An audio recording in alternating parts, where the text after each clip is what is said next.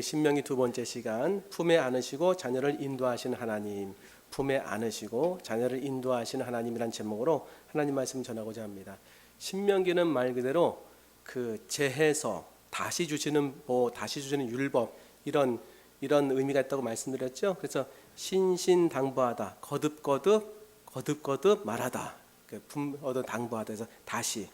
그래서 이제 다시 주신 율법이라는 뜻이 신명기예요. 신자가 다시 신자입니다. 그래서 율법을 다시 주셨는데 새로운 율법을 주신 것이 아니라 이스라엘 세대가 이제 광야 40년을 거치면서 광야길을 거둘 때에 이제 주신 율법이 모세오경 시내산에서, 그 다음에 이제 20세 이상 된 사람이 다 광야에서 죽었습니다. 그리고 장소가 어디냐면은 이제 가나안 땅에 들어가기 일보 직전 모압 땅에서 모세가 하나님의 말씀을 설교하는 거예요. 설교. 그래서 선포된 말씀은 설교, 그 다음에 기록된 말씀은 성경, 임하신 말씀은 예수님, 이렇게 우리가 정할 수 있지요. 그래서 하나님께서 모세를 통해서 이제 세대가 바뀌지 않았습니까? 이제 두 세대가 끝나고 이제 가나안 땅에 들어가야 할 새로운 세대에게 주시는 이 율법을 이제 새롭게 해석한 것이 아니라 잘 적용할 수 있도록 또 그 말씀을 어찌 보면은 가장 중요한 말씀만 이렇게 더 강조하기 위해서 신명기를 기록하고 신명기를 통해서 우리에게 은혜를 주시는 겁니다. 그래서 신명기는 이제 광야 시대를 마치고 정착한 이스라엘 백성에게 주시는 율법에 대한 재해석, 율법의 가장 중요한 정신, 스피릿, 지난주 말씀드렸죠. 그래서 이 신명기는 이스라엘 백성에만 중요한 것이 아니라 우리에게도 중요한 겁니다, 여러분. 우리가 율법도 중요하지만 율법 중에 제일 중요한 게 무엇인가? 율법의 정신은 무엇인가? 또 율법을 통해서 우리에게 말씀하시고자 하는 내용은 무엇인가? 실제로는 광야의 삶을 사는 게 아니라 정착의 삶을 사는 거죠. 매일 광야는 걷지 않지 않습니까? 그래서 광야가 목적이 아니라 광야가 끝나면 그 다음에 정착의 삶, 가나안 땅의 삶이죠. 그래서 신명기는 광야에게 주시는 광야의 말씀이 아니라 이스라엘 백성이 정착하는 하나님의 젖과 꿀이 흐르는 가나안 땅에서 신앙생활을 어떻게 할 것인가, 이걸 말씀하시는 겁니다. 그래서 지난주에는 사람 세우는 거, 또 재판에 대해서 간략하게 말씀 나눴다면은 오늘은 문제 앞에서 특별히 어떤 문제냐면 하나님이 나에게 주시는 명령이나 나에게 주시는 사인이나 나에게 주시는 그런 감동된 말씀이나 이 하나님 말씀을 행할 때에 실제로 그 상황이 나를 두렵게 할 때, 실제로 현실이 너무 나에게 무서움으로 다가올 때, 하나님 말씀과 현실이 부닥칠 때, 하나님 말씀과 내 현장의 삶이 완전히 대치될 때 어떻게 우리가 믿음으로 살아야 되는가를 오늘 본문이 잘 알려주고 있습니다. 그래서 오늘 본문은 그 예를 뭐를 통해서 이제 우리에게 모세를 통해서 말씀하시냐면, 이스라엘 백성이 광야 가데스 바네아에서 12명의 정탐꾼 보내서 하나님 앞에 불순종한 거 다 기억나시죠? 그 얘기를 하는 거예요. 그 얘기. 하나님이 가라, 젖과 꿀이 흐르는 땅이다. 갔어요. 가보니까 12명이 가보니까 그 중에 10명은 완전히 아닙니다. 그들은 거인입니다. 우린 메뚜기입니다. 이런 표현 쓰잖아요. 그러니까 어찌 보면 우리가 마치 여호수아 갈렙처럼 그들은 우리의 밥이라 할 것 같은데 실제로 우리도 이런 두려움에 빠질 수 있는 거예요. 너무 현실이 무서운 거예요. 너무 내 현장이 커 보이는 겁니다. 이 본문의 말씀이 우리에게도 오늘 적용될 수 있습니다. 그래서 두려울 때에, 문제 앞에서 하나님 말씀과 내 현장이 대치될 때에 어떻게 우리가 믿음으로 나갈 것인가, 세 가지로 한번 살펴보겠습니다. 첫 번째, 너무 많은 그런 주제 가운데 명확한 이 말씀 많이 했죠. 이걸요. 문제 앞에서 두려워하지 말라. 문제 앞에서 두려워하지 말라. 맞는 것입니다. 하나님은 두려워하라는 말씀은 거의 안 하셨어요. 예를 들면 좋은 것에 대한 두려워해야 되겠죠. 하나님을 경외하라, 두려움 요소가 없잖아, 있지요. 그러나 훨씬 더 많게 세상에 대해서는 절대 두려워하지 말라는 말씀을 우리에게 너무 많이 주셨어요. 19절 보니까 우리 하나님 여호와께서 우리에게 명령하신 대로, 모세 얘기죠. 우리가 호렙산을 떠나 너희가 호렙산은 모세가 하나님을 만난 산, 그렇죠? 호렙산을 떠나 너희가 보았던 그 크고 두려운 광야를 지나, 지금 40년 끝난 시점에서 말하는 겁니다. 옛일을 회상하면서 옛일 가운데 재해석이 일어나는 거예요. 이 재해석은 성령이 주시는 감동으로 되는 겁니다. 그래서 사건이 이제 재해석되기 시작하는 거예요. 광야가 크고 힘들고 두려웠다는 거죠. 그 크고 두려운 광야를 지나 아모리 족속의 산지길로 가데스 바냐에 이른 때에 내가 너에게 이르기를 우리 하나님 여호와께서 우리에게 주신 아모리 족속의 산지에 너희가 이르렀나니 너희의 하나님 여호와께서 이 땅을 너희 앞에 두셨은즉 너희 조상의 하나님 여호와께서 너희에게 이르신 대로 올라가서 차지하라. 두려워하지 말라. 아주 간단해요. 그 하나님 주신 젖과 꿀이 흐르는 땅, 올라가서 차지하라. 두려워하지 말라. 주저하지 말라. 이 세 단의 말씀이죠. 올라가서 차지하라. 두려워하지 말라. 주저하지 말라. 한즉 너희가 다 내 앞으로 나와서 말하기를 우리가 사람을 우리보다 먼저 보내어 우리를 위하여 그 땅을 정탐하고 어느 길로 올라가야 할 것과 어느 성읍으로 들어가야 할 것을 우리에게 알리게 하자 하기에 내가 보니 좋게 여긴즉. 이게 말이죠. 실제로 민수기 13장에 나오는데 이 사건이 이렇게 기록 안 돼 있어요. 민수기 13장에는 어떻게 기록되어 있냐면은 민수기 13장은 1절 보면 여호와께서 모세에게 말씀하여 이르시되 사람을 보내어 내가 이스라엘 자손에게 주는 가나안 땅을 정탐하게 하되 그들의 조상의 가문 각 지파 중에서 지휘관 된 자 한 사람씩 보내라. 그러니까 민수기 13장에는 하나님이 모세를 통해서 각 지파에 한 명씩 뽑아가지고 보내라고 되어 있는데 오늘 신명기는 재해석입니다. 다시 회상하면서 정확하게 이스라엘 백성에게 거짓 없는 말을 지금 모세가 하는 거예요. 하나님 말씀을. 근데 여기서 보면은 백성이 나와서 요청했어요. 우리가 바로 못 올라가 있습니다. 먼저 정탐꾼을 보내가지고서 그리고 알아보게 해주세요. 어느 길로 가야 될지, 어디로 가야 될지. 근데 저는 이게 맞다고 생각이 되어져요. 왜냐하면 민수기 13장은 면밀히 보면요, 민수기 13장에는요 이상한 본문들이 나와요. 그게 뭐냐면 하나님께서 모세를 통해서 올라가라고 정탐꾼 보내라고 말한 다음에 모세가 또 뭘 얘기하냐면 이런 걸 얘기해요. 모세가 가나안 땅을 정탐하러 그들을 보내며 이르되 너희는 네겝길로 행하여 산지로 올라가서 백성들이 요청한 거죠. 어느 길로 가야 됩니까? 그 땅이 어떠한지 정탐하라. 곧 그 땅 거민이 강한지 약한지 많은지 적은지 그들의 사는 땅이 좋은지 나쁜지 사는 성읍이 진영인지 산성인지 토지가 비옥한지 메마른지 나무가 있는지 없는지 탐지하라. 담대하라. 또 그 땅의 실과를 가져오라 하니 그때는 포도가 처음 익을 즈음이었더라. 나쁜지 좋은지? 이거 상식적으로 이상한 거 아닙니까? 하나님이 나쁜지 좋은지 판단하라. 이건 사실 어찌 보면 믿음의 차원이 아니죠. 우리의 주관의 차원이고 우리의 눈을 의지해서 판단하는 차원 아닙니까? 좋은지 나쁜지? 이거는 실제로 민수기 13장에 하나님 말씀하신 내용이 아닌 것 같아요. 하나님도 그렇게 말씀 안 했습니다. 올라가라만 그랬어요. 근데 모세가 덧붙였어요. 모세가 어찌 보면요, 정확히 그냥 보면은. 그런데 민수기 13장이랑 오늘 신명기 1장을 보면요, 이조차도 하나님이 올라가라고 한 것이 아니라 백성이 요구했다는 거예요. 오늘 본문 보세요. 22절 너희가 다 내 앞으로 나와 말하기를 우리가 사람을 우리보다 먼저 보내요 우리를 위하여 그 땅을 정탐하고 어느 길로 올라갈 것과 어느 성읍으로 들어갈 것을 우리에게 알리게 하자 하기에 내가 그 말을 좋게 여긴지요. 민수기 12장과 민수기 13장에는요 시간적 갭이 있습니다. 민수기 12장과 민수기 13장은 바로 사건이 연결이 안 돼요. 바로 사건이 연결됐다고 한다면은 하나님이 보냈구나 할 수 있지만은 단절된 그런 사건이 단절된 뭔가 사건이 일어날 법한 시간적 공간이 있습니다. 신명기의 말씀도 하나님 말씀 아닙니까? 저는 이게 맞다고 생각이 되어져요. 정탐꾼을 보낸다는 것은 어찌 보면은 우리가 온전하게 하나님을 믿고 온전하게 주를 신뢰하고 온전하게 주님을 의지하는 차원에서는 좀 부족해 보입니다, 여러분. 보고 믿겠다는 거예요. 보고 가겠다는 것입니다. 예수님이 도마에게 뭐라고 했습니까? 너는 보고 믿느냐? 그런지 보지 않고 믿는 자가 더 복되도다. 여러분 이건 당연한 거 아닙니까? 믿음은 바라는 것들의 실상이요 보이지 않는 것들의 증거지 보는 것들의 증거라고 말한 적이 없으세요. 하나님의 말씀은 성경이 얘기하는 가치관 중에 믿음을 얘기하는 가치관 중에 보고 믿으라는 말은 거의 없습니다. 보고 믿으라는 것도 있죠. 주님 바라보고. 하지만 세상에 너희가 속을 수 있기 때문에 나를 바라보고 세상을 의지하지 말고 보이는 것을 믿지 말라. 이게 더 맞는 거예요. 그렇다고 한다면은 백성들이 사실은 두려움과 떨림 가운데 요청했을 가능성이 크지 않겠습니까? 먼저 올라가 보겠다고. 이게 믿음의 차이라고 우리는 분명히 확신할 수 있죠.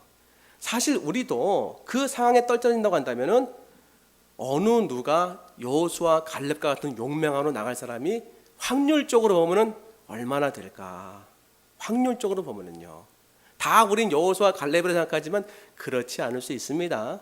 여러분이 인생을 살 때에 현실에 당면한 문제, 현실에 당면한 재정, 현실에 당면한 건강상의 이런 괴로움, 현실에 당면한 인간관계 문제, 그걸 통해 가지고 하나님 원망하지 않고 사람 낙심하게 안 하고, 그리고 저는 항상 믿음으로 승리했습니다 라고 얘기할 분이 몇 분 되겠습니까, 여러분? 그러므로 우리가 이 시간 성경을 보면서 알아야 될 교훈 중에 하나는요, 실제로 하나님 말씀이 우리에게 임했을 때 그대로 하는 게 중요하다는 거예요. 내 눈에는 불안해 보이고 내 눈에는 사실 두렵기도 느껴지기도 하고 이게 될까 안 될까 자꾸 주님을 시험하지 말고, 광야에서 너희가 나를 10번이나 시험하였도다. 이 시험이 뭡니까? 될까 안 될까? 정말 맞을까 안 맞을까? 시험은요, 하나님을 대상으로 하지 말라고 주님 말씀하셨어요. 주 너희 하나님을 시험치 말라. 그러면 시험하지 않는 믿음은 하나님 말씀이 예배 가운데 딱 나에게 하면은 아멘하고 그대로 따라서 순종하는 것이 어찌 보면 가장 내 마음속에 혼란이 일어나지 않고 또 말씀의 열매를 맺는 방법입니다, 여러분. 주신 대로 가는 거예요. 주신 대로 가지 않고 거기서 인간의 생각으로 재해석하기 시작하면은, 뭘 처음 가기 시작하면은 민수기 13장 되는 거예요. 민수기 13장. 민수기 13장 되면 그 다음에 뭐가 있었습니까? 상당히 오랜 광야의 길이 펼쳐졌어요. 그래서 이와 같이 하나님 앞에서 주신 말씀을 그대로 하지 못하고 두렵고 주저하고, 그리고 뭔가 우리 마음속에서 마음에 이렇게 소원이 생기지 않은 이와 같은 상황, 이렇게 하나님 말씀이 그대로 이제 실천되지 않아지면 어떤 일이 벌어지냐면요, 민수기를 보니까 민수기 14장 9절에 올라가서 봤어요. 올라가서 보니까 어떤 일이 펼쳐졌냐면, 다만 여호와를 거역하지는 말라, 또 그 땅 백성을 두려워하지 말라, 그들은 우리의 먹이라, 그들의 보호자는 그들에게서 떠났고 여호와는 우리와 함께 하느니라, 그들을 두려워하지 말라. 얘기해도 안 들렸어요. 사로잡혀가지고 계속 얘기합니다. 민수기 13장 14장 두려워하지 말라, 모세가 두려워하지 말라, 여호수아도 두려워하지 말라, 갈렙도 두려워하지 말라. 사로잡혔어요, 완전히. 민수기 13장 27절에 모세가 말하여 이르되 당신이 우리를 보낸 땅에 간즉 과연 그 땅에 젖과 꿀이 흐르는데 그것은 그 땅의 과일이니이다. 그러나 그 땅 거주민은 강하고 성읍은 견고하여 힘이 클 뿐 아니라 거기서 아낙 자손을 보았으며, 보았다는 거 동그라미 쳐야 되죠. 아말렉인은 남방 땅에 거주하고 헤딘과 여부스인과 아모리인은 산지에 거주하고 가나안인은 해변과 요단가에 거주하더이다. 아주 기골이 장대한 사람 보고 그 땅에 살아가는 사람들을 봤다는 거예요. 갈렙이 모세 앞에서 백성을 조용하게 하고 이르되 우리가 곧 올라가서 그 땅을 취하자 능히 이기리라 하나, 그와 함께 올라갔던 10사람은 이르되 우리는 능히 올라가서 그 백성을 치지 못하리라. 왜? 그들이 우리보다 강하기 때문이다.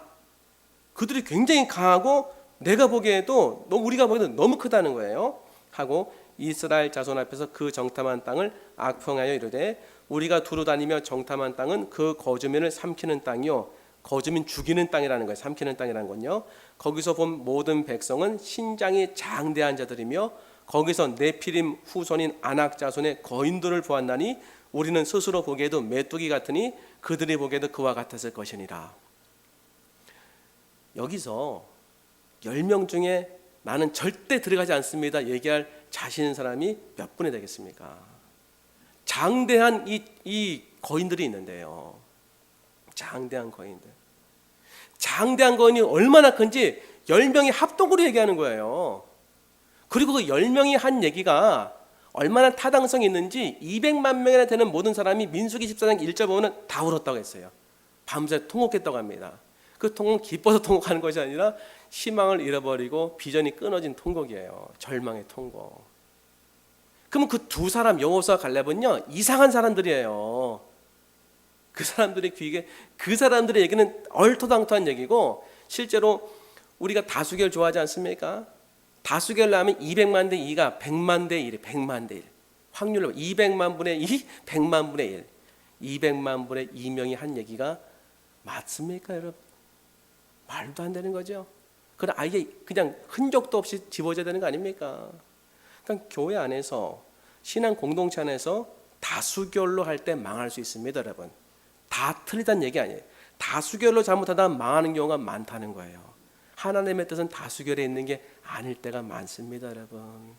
왜? 세상은 우리를 속이기 때문에. 특별히 세상의 가치관으로 나오는 그 모든 가치관은요 큰일 날 수 있습니다. 근데 이렇게 악평한 이유가 뭐냐면 그들이 너무 무서운 거예요. 사람들이 너무 무서운 거예요. 우리가 언제 무섭습니까? 사람들이 너무 커 보일 때예요. 사람들이 커 보이고 문제가 커 보인다는 건 반대로 가면요 내가 작게 느껴지는 거예요. 이게 극대화되는 거예요. 사람은 커 보이고 나는 작게 보이고, 사람은 거인이고 나는 오늘 본문에 메뚜기고. 메뚜기 의식이죠. 메뚜기 의식. 왜 두려운가? 메뚜기 의식이 있으니까. 나는 뭐 뛰어봐야 벼룩이라는 거예요. 뛰어봐야 아무런 일을 행할 수 없다는 것입니다. 메뚜기라는 거예요. 저들이 한번 콱 찌르면은, 아니 거인이 메뚜기 한번 똑 치면 메뚜기 죽지 않습니까? 메뚜기죠, 메뚜기 의식. 그런데 여호수아 갈렙은 무슨 그 마음에 그 뭐가 있어가지고서 그렇게 얘기합니까? 제가 그들이 얘기하는 거 한번 말씀드릴게요. 200만 분의 2명이 얘기하는 거. 갈렙이 모세 앞에서 백성을 조용하게 하고, 조용해라 이르되, 올라간 사람의 갈렙은 우리가 곧 올라가서 그 땅을 취하자 능히 이기리라 하나. 그 하나 뒤에는요 다 안 된다는 얘기 나와요. 그러니까 갈렙이라는 사람이 이상한 사람이죠. 그와 함께 올라갔던 사람들은 이르되 우리는 능히 올라가서 그 백성을 치지 못하리라. 그들은 우리보다 강하니라 하고 이스라엘 자손 앞에서 그 정탐마당을 악평하여. 그럼 무슨 기준으로다가 이렇게 이길 수 있다고 얘기하는가? 또 여호수아와 갈렙이 14장, 그 민수기 14장 보면은 6절부터 그 땅을 정탐한 자 중 눈의 아들 여호수아와 여분네 아들 갈렙이 자기들의 옷을 찢고 격분한 거예요. 이스라엘 자손의 이 격분도 되고 회개도 되는 거예요. 옷을 찢는다는 것은 이스라엘 자손의 온 회중에게 말하여 이르기를 우리가 두루 다니며 정탐한 땅은 심히 아름다운 땅이라. 아름다운 부분이 반드시 분명히 있었어요. 여호와께서 우리를 기뻐하시면, 이게 좀 다른 얘기가 나오죠. 하나님 얘기를 한 사람도 한 명도 한 사람이 없는데 두 사람을 하는 거예요. 여호와께서 우리를 기뻐하시면 우리를 그 땅으로 인도하여 들으시고 그 땅을 우리에게 주시리라. 이는 과연 젖과 꿀이 흐르는 땅이니라. 다만 여호와를 거역하지는 말라. 또 그 땅 백성을 두려워하지 말라. 그들은 우리의 먹이라. 아니 거인이라고 얘기했는데 왜 먹이라고 했을까요? 그들의 보호자는 그들에게서 떠났고 여호와는 우리와 함께 하느니라. 그들을 두려워하지 말라. 메뚜기 의식을 갖고 있는 사람은 다 무서워 보이는 거예요. 현실이 너무 크게 보입니다. 문제가 너무 크게 보여요. 나는 너무 작게 보여요. 그런데 여호수아 갈렙은 그들이 밥이래요. 그렇게 커 보이는 사람이 문제가 아무것도 아니라는 것입니다. 왜 그렇습니까? 그들의 보호자는 그들에게서 떠났고, 지금 여호수아 갈렙의 보호자는 누굽니까, 여러분? 여호와 하나님. 보호자 의식. 메뚜기 의식이 아니라 보호자 의식이 있었어요. 나는 비록 작을지 모르지만 나를 지키시는 여호와 하나님이 나의 보호자이시기 때문에 그 어떤 거인도, 그 어떤 장대한 사람도 아무것도 아니라는 것입니다. 할렐루야. 이 놀라운 은혜의 말씀을 여호수아 갈렙이 한 것입니다. 이게 하나님의 음성입니다, 여러분. 우리 하나님 누구의 하나님입니까? 나의 보호자. 우린 기도할 때마다 하늘에 계신 우리 아버지요. 아니 그러니까 이렇게 아버지요만 이렇게 얘기하지 말고 진짜 아버지로 믿으라는 거예요. 진짜 아버지로. 우리 육신의 아버지를 믿는 그 이상으로 믿으라는 것입니다. 그 아버지가 우리를 보호하신다는 거예요. 이 보호자 의식이 있었기 때문에 담대할 수 있었다는 것입니다, 여러분. 실제로 어린아이들은요, 부모님 손잡으면요, 부모님 손잡으면은 그 다음에 기골이 만장해지죠. 기골이 장대해집니다. 거인이 돼버립니다. 애들이 싸울 때요, 싸울 때 이렇게 봐요. 아무도 없으면은 가만히 있어 이렇게요. 애들이 커 보이니까. 근데 아빠가 딱 누가 그랬어 하면은 아빠에게 쭉 달려가지고서 아빠 손을 딱 잡고 그 다음부터 큰 소리 치죠. 왜 그렇습니까? 내 옆에 더 센 사람이 있으니까 큰 소리가 나오는 거예요. 그것은 실제로 아빠를 신뢰하는 마음에서 나온 거예요. 사랑하는 성도 여러분, 우리가 뭘 구해야 되겠습니까? 하나님이 우리 보호자라는 것을 확실히 믿게 해달라고, 하나님이 나의 보호자라는 것을 분명히 알게 해달라고, 이 믿음 가운데 서서 있게 해달라고. 현실에 갈 때 현실이 아무리 크게 보여도, 현실의 문제가 아무리 나에게 두려움을 와도, 현실이 정말 나를 완전히 압도한다 하더라도 내가 여호와가 나의 보호자인 것을 절대 잊지 말게 해달라고. 그래서 어떤 현실의 문제 앞에서도 담대할 수 있게 해달라고. 이게 여호수아 갈렙이 하나님께 받은 은혜예요. 그럼 10사람 가운데 들어가겠습니까? 2사람 가운데 들어가겠습니까? 2사람의 삶으로 가야 돼요. 주님이 정말 원하시는 것은 여호수아 갈렙이 보였던 믿음이에요. 이 믿음 가운데 서야 됩니다. 여러분 앞에 현실이 객관적으로 두려울 수 있습니다. 정말 거인처럼 보이고 나는 메뚜기처럼 보일 수 있어요. 그러나 똑같은 여호수아 갈렙, 성정이 같은 여호수아 갈렙은 그렇게 안 생겼다는 거예요. 하나님이 나의 아버지이시고 우리의 보호자는 하나님이시다. 저들의 보호자는 저들에게서 떠났다. 왜? 하나님이 두렵기 때문에. 그들은 우리의 밥이라. 사랑하는 성도 여러분, 하나님이 여러분의 보호자이기 때문에 그 보호자의 눈에는 거인도 밥일 줄 믿습니다. 첫 번째 메시지, 문제 앞에서. 두 번째, 우리가 이렇게 문제 앞에서 보호자의식을 가질 때에, 보호자의 믿음을 가질 때 담대할 수 있습니다. 두 번째, 하나님의 임재를 경험하게 하십니다. 지금 보면 두려움에 사로잡혀가지고 아무 얘기도 안 들려요. 두려움이 임할 때에 나에게 나타나는 현상, 시야가 좁아진다, 안 보여요.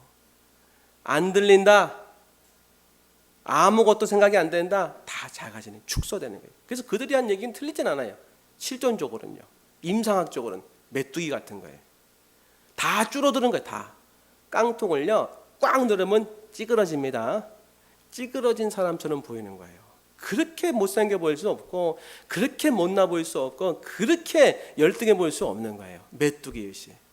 그러니까 하나님 앞에서 하나님이 나의 보호자입니다 하는 그런 마음이 생기면 담대함이 생기고 주름이 쫙 펴집니다. 그런데 메뚜기의식이 생기면 불독이에요. 불독. 주름이 쫙 생겨가지고 할 수가 없는 거예요. 이것도 안 될 것 같고 저것도 안 될 것 같고, 모든 게 작아 보이고 모든 게 약해 보이고, 에이구 이 한 많은 세상 이렇게 살다 그냥 가야지 아이고 하고 가는 거예요. 두려움에 사로잡히면 시야가 작아지고, 그리고 낮은 자존감으로 갑니다. 여러분, 꿈도 상실되고 희망도 없어지고 낙심되고, 그 다음에 모든 게 다 안 되는 것처럼 보여져요. 모든 게 다 안 돼. 한순간에 이렇게 됩니다. 여러분, 지금 이스라엘 백성이 뭐 몇 날 동안 이 보고 들은 거 아니에요. 한 번 보고 듣고서 온 민족이 다 이렇게 돼버렸어요. 누가 얘기해도 듣지 않는 거예요. 두려움이 사로잡히니까. 그 나타난 현상을 제가 알려드릴게요. 26절, 그러나 너희가 올라가기를 원하지 아니하고 너희 하나님 여호와의 명령을 거역하며. 두려움에 사로잡힌 사람의 특징, 하나님이 보이지 않는 사람의 특징, 현실의 삶만 보이고 삶 가운데 나는 메뚜기라고 생각하는 사람의 특징, 하나님 말씀에 대한 불순종이 나타나요. 불순종은 뭡니까? 안 들리는 거예요. 그게 안 들리죠. 그 다음에 27절, 장막 중에서 원망하여 이르기를. 원망이 일어나는 거예요.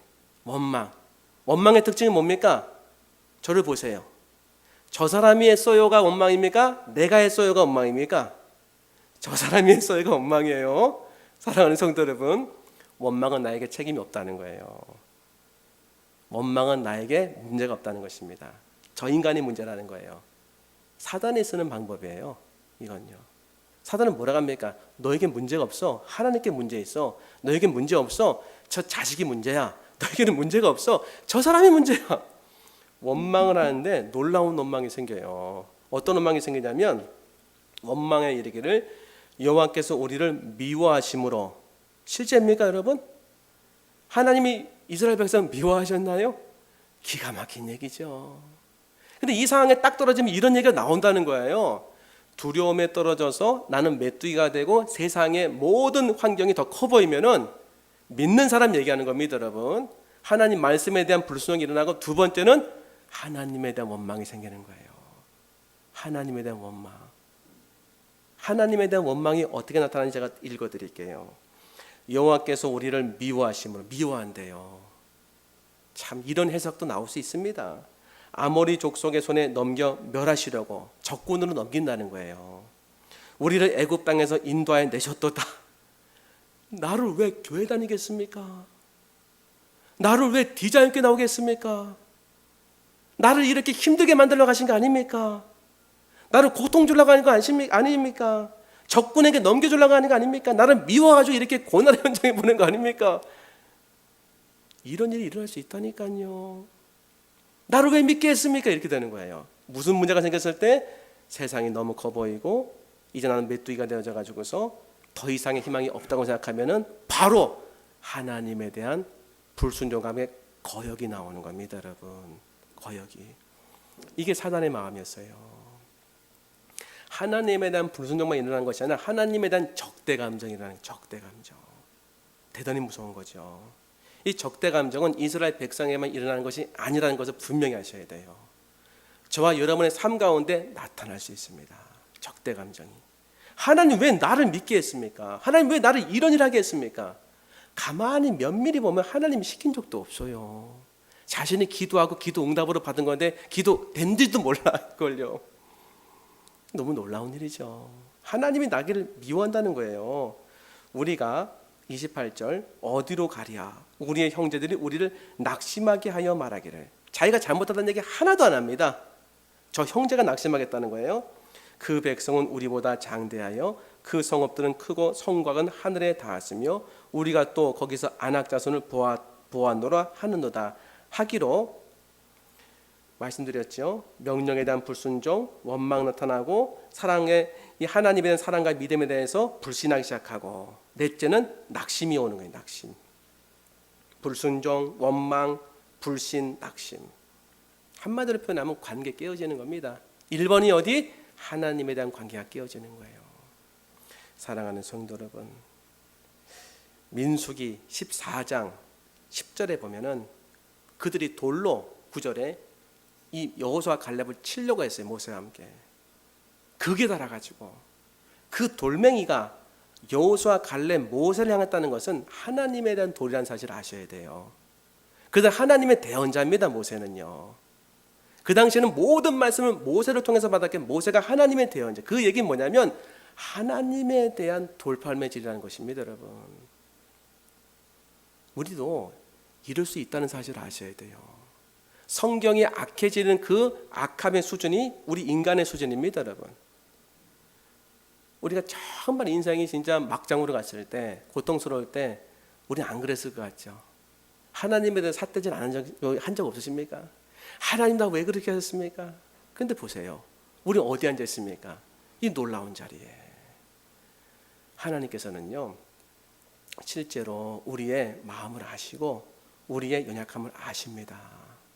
하나님 앞에 막 삿대질하는 얘기가 아니라 주님은 그것도 아세요. 군병들이 예수님께 침을 뱉었어요. 십자가 질 때. 근데 침 뱉으라는 그 명령은 내린 적이 없습니다. 그들이 자의적으로 한 거예요. 자의적으로 침을 퇴뱉었어요. 욕설하라는 얘기도 명령이 내린 적 없어요. 그냥 십자가 지고 사용하라는 얘기밖에 없어요. 그러나 엄청나게 욕을 많이 하고 갈대로 때렸습니다. 그 군인들의 악한 심성이 우리에게는 없을까요? 그랬을 때 주님께서는 그 갈대로 매를 맞고 침뱉음을 받고 욕을 먹을 때 뭐라고 하셨을까요? 우리의 지금 현장에 있는 우리에게는요, 얘야, 내가 그 군병의 침을 받았고 군병의 욕설을 받았고 군병들이 던졌던 그 모든 돌팔매질을 내가 받았단다. 내가 그래도 나는 받는다. 내가 나를 욕해도 나는 받는다. 내가 갈대를 쳐도 나는 받고 너를 사랑한단다. 그게 십자가에서 내가 너에게 주는 사랑의 선물이다. 사랑하는 성도 여러분, 이 정도로 주님은 여러분을 사랑하세요. 이 정도로. 오늘 이스라엘 백성이 돌팔매질해도 주님은 십자가를 통해서 자기 아들을 죽이셨어요. 사랑해서. 오늘 이 사랑 앞에 우리가 어떤 마음을 가져야 되겠습니까? 주님은요, 두려워하는 백성이 어떻게 두려움으로부터 벗어나야 되는지를 아세요. 우리는 어떻게 할까요? 인간은요, 제가 설교한 두려워하지 마, 두려워하지 마, 두려워하지 말라니까 한다고 두려움이 안 없어집니까? 안 없으면 그렇게 계속하죠. 평생토록 여기까지 두려워하지 마, 제가 두려워하지 마.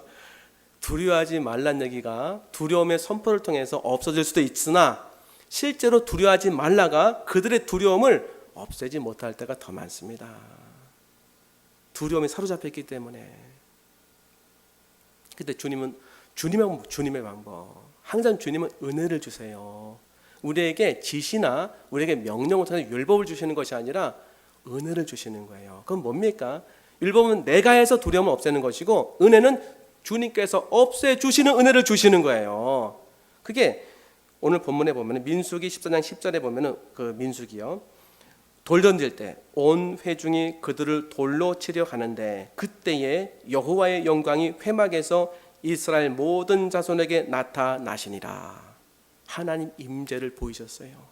하나님 임재를 보이셔서 그 가운데 자신의 영광을 나타내셨습니다. 이런 일들이요, 복음서에도 나옵니다.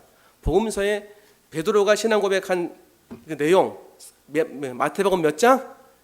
베드로의 신앙 고백 마태복음 몇 장? 여기 신대원생들 없네. 옛날에 제가 제일 싫은 거 그 막 시키는 거 16장. 그죠? 마태복음 16장. 주는 그리스도의 살아계신 하나님의 아들이시니이다. 바요나 시몬아 내가 복이 있도다. 이것을 알게 한 것은 내가 아니요 하늘에 계신 아버지시니라. 내가 너의 믿음 위에 반석 위에 내 교회를 세우리라. 근데 베드로가 예수님이 너무 기쁘셔서 십자가 사역을 말씀하세요. 내가 예루살렘에 올라가서 장로들과 대제사장에게 고난을 받고 죽임을 당하고 3일 만에 부활할 것이다. 다시 살 것이다. 그러니까 예수님 죽는다는 얘기하니까는 베드로가 멱살을 잡고 가나요. 멱살을 잡고 그렇게 하면 안 됩니다. 그러니까 예수님이 조금 전에 바요나 시몬아 내가 복이 있도다 이렇게 했던 예수님께서 사단아 내 뒤로 물러가라. 너는 나를 넘어지게 하는 자로다. 내가 하나님의 일을 생각하지 않고 도리어 사람의 일을 생각하느니라. 베드로에게 분명히 말씀하세요. 사단아 내 뒤로 물러가라.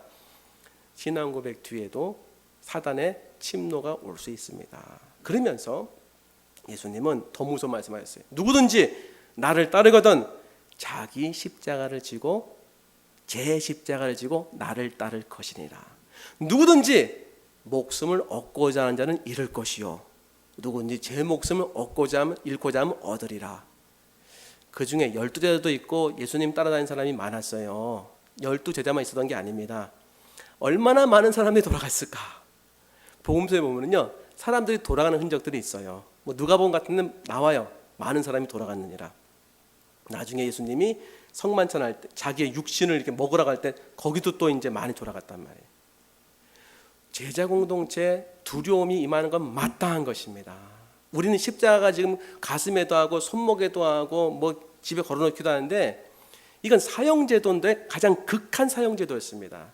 로마의 가장 극한 사형제도가 가장 흉악한 죄인에게 내리는 그 제도가 십자가 사형이었어요.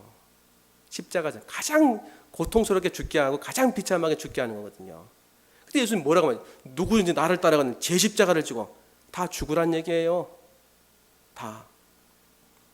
우리가 그 말 들으면 우리는 안 겁날 것 같습니까, 여러분? 위대한 신앙 고백 다음에 주님께서는 받을 만하시니까 좋겠죠. 너희가 나를 따르거든 너희 목숨을 버려야 된다. 이 말씀 우리 지금도 할 수 가능성이 있으십니다, 여러분. 주님을 따라온 제자에게 이 말씀을 할 수 가능성이 있으세요. 너의 목숨을 나에게 줄 수 있느냐? 내가 너에게 지시하는 땅은 고난과 어려움과 너의 목숨을 빼앗길 수도 있느니라. 그럼 몇 사람이나 따라갈까요? 두려움이 있을 때에 예수님께서는 6일 후에 엿새 뒤에 베드로, 야고보, 요한을 데리시고 엿새 후에 마태복음 17장 바로 뒤에 그 사건이죠. 엿새 후에 예수께서 베드로와 야고보와 그 형제 요한을 데리시고 따로 높은 산에 올라가셨더니 그들 앞에서 변형되사 그 얼굴이 해같이 빛나며 옷이 빛과 같이 휘어졌더라. 하나님 임재가 일어난 거죠. 그때 모세와 엘리야가 예수와 더불어 말하는 것이 그들에게 보이거늘 베드로가 예수께 여짜와 이르되, 베드로가 제일 앞에서 제일 먼저 욕먹었잖아요. 제일 강력한 말을 들은 이 베드로 얼마나 두려웠을까요? 베드로가 이렇게 얘기해요. 예수께 여쭈어 이르되 주여 우리가 여기 있는 것이 좋사오니 만일 주께서 원하시면 내가 여기서 초막셋을 짓되 하나는 주님을 위하여 하나는 모세를 위하여 하나는 엘리야를 위하여 하리이다. 너무 좋으니까, 이 임재가 너무 좋으니까 여기 살고 싶다는 얘기 아니겠습니까? 너무 기가 막히고 좋으니까. 말할 때 호련히 빛난 구름이 그들을 덮으며 구름 속에서 소리가 나서 이르시되, 성부 하나님이죠. 이는 내 사랑하는 아들이요 내 기뻐하는 자니 너희는 그의 말을 들으라 하시는지라. 이 말씀 왜 하셨겠을까요?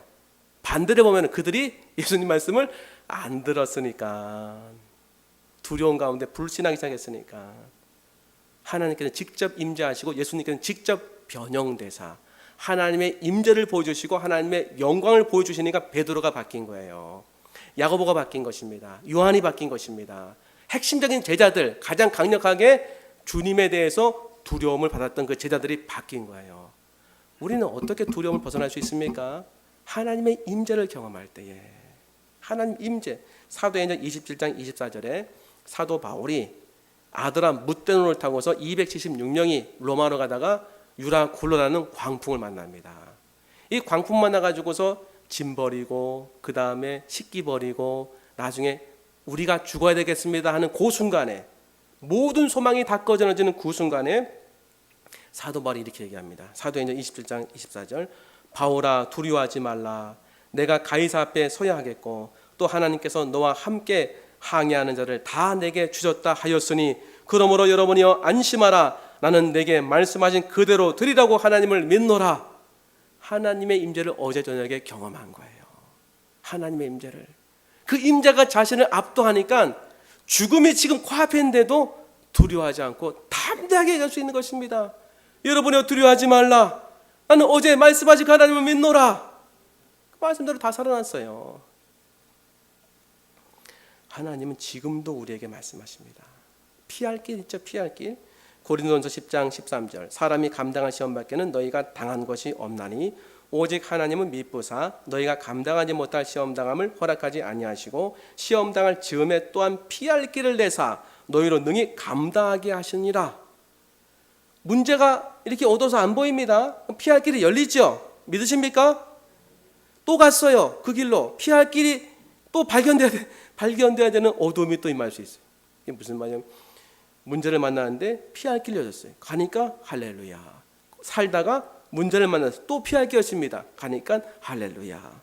또 문제를 만났어요. 피할 길 달라고 하니까 피할 길에서 갔어요. 할렐루야. 그러다 깨닫는 게 뭘까요? 그러다 깨닫는 거예요. 다윗이 깨달은 겁니다.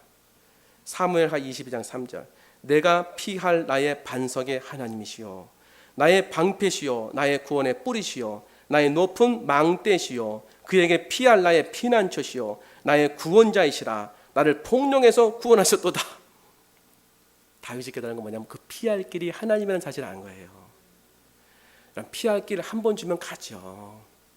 실제로 주님은 그렇게 주세요. 우리가 알 수 있도록. 그런데 자꾸 이렇게 은혜를 주시면서 뭘 알게 하시냐면 진짜 피할 길은 하나님이라는 사실을 알게 되면서 그때부터는 어떤 일이 벌어지냐면요. 세상에서 피할 길을 달라고 하는 것이 아니라 하나님 임재를 경험하게 되라고 기도해요. 왜 그렇습니까? 환경은요 계속 바뀌어요. 사막에 가면요 어제는 길이 있었는데 오늘은 길이 없어진대요. 그래서 지도가 필요 없대요. 지도가 바뀌었으니까 나침반이 필요하대요. 우리 인생도 똑같습니다.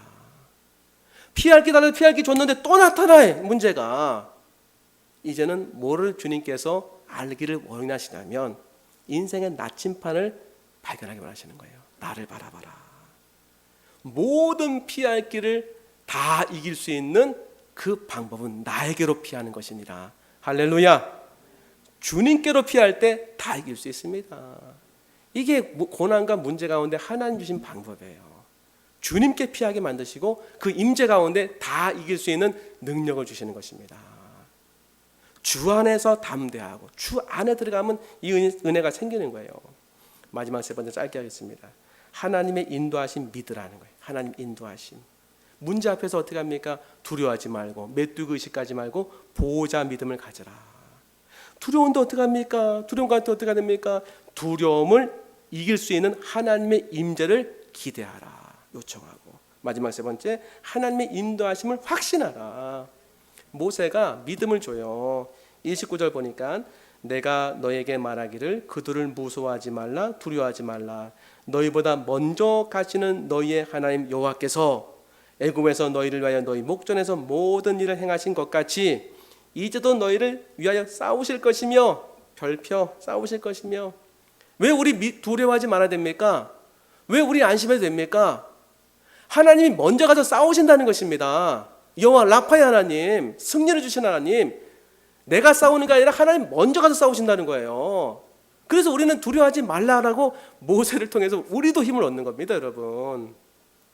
이스라엘 백성, 새로운 시대를 맞았던 이스라엘 백성에게 강력히 말하는 거예요. 모세가 두려워하지 마시오.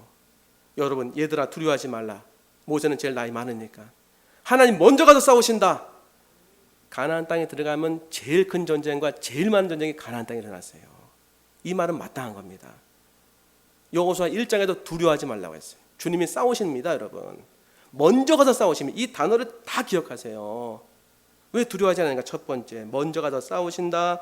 31절, 광야에서도 너희가 당하였거니와 사람이 자기 아들을 안는 것 같이 너희의 하나님 여호와께서 너희가 걸어온 길에서 너희를 안으사 이곳까지 이르게 하셨느니라. 안아서 인도하신 하나님, 제목이죠. 왜 두려워하지 말아야 됩니까? 먼저 가서 싸우신다. 두 번째, 안아서 인도하신다. 뭐 누가 그러면서요, 예수님과 이렇게 길을 가다가 가보니까 발자국이 4개였다가 발자국이 2개라면서요. 왜 그런지 아시죠? 예수님이 업어서 인도하시니까. 그 다음에 발자국이 막 흩어져 있대죠. 왜 그런지 아십니까? 너무 좋아서 춤춘대요. 뭐 그렇게 나왔더라고요. 안아서 인도하신다는 말을 믿으시기 바랍니다. 이 말씀은 지금도 유효한 겁니다. 여러분은 안아서 인도하십니다. 어떻게? 부모가 자식을 안듯이 안아서 인도하신다는 거예요. 여러분은 지금 어디에 있습니까? 주님의 품 안에. 스바냐 3장 17절 암송한 사람 시작. 너희의 하나님 여호와가 너희 가운데 계시니 그는 구원을 베푸실 전능자시라. 그가 너로 말미암아 기쁨을 이기지 못하시며 너를 잠잠히 사랑하시며 너로 말미암아 즐거이 부르며 기뻐하시려 하리라. 안아서 인도하신 하나님. 셋째 32절 이 일에 너희가 너희의 하나님 여호와를 믿지 아니하였도다. 그는 너희보다 먼저 그 길을 가시며 장막 칠 곳을 찾으시고 밤에는 불로 낮에는 구름으로 너희가 갈 길을 지시하신 자이시니라. 먼저 가서 지시하신 하나님, 먼저 가서 인도하시고 구름 기둥과 불 기둥으로 지시하신 하나님, 구름 기둥과 불 기둥의 핵심 이곳으로 가라 저곳으로 가라. 안내자가 되신다는 거예요. 안내자가. 여러분 안내자가 뭔지 모르십니까? 100m 뒤에 좌회전 하겠습니다. 50m 뒤에 우회전 하시면 됩니다. 사랑하는 성도 여러분, 말씀 그들을 믿자고요. 이 말씀들은요, 지시하시는 하나님, 내 인생길을 지시하시는 하나님, 먼저 가서 싸우시는 하나님, 안아서 인도하시는 하나님, 구름기가 불기둥으로 갈 길을 지시하시는 하나님. 그러므로 우리는 두려워할 필요가 없다.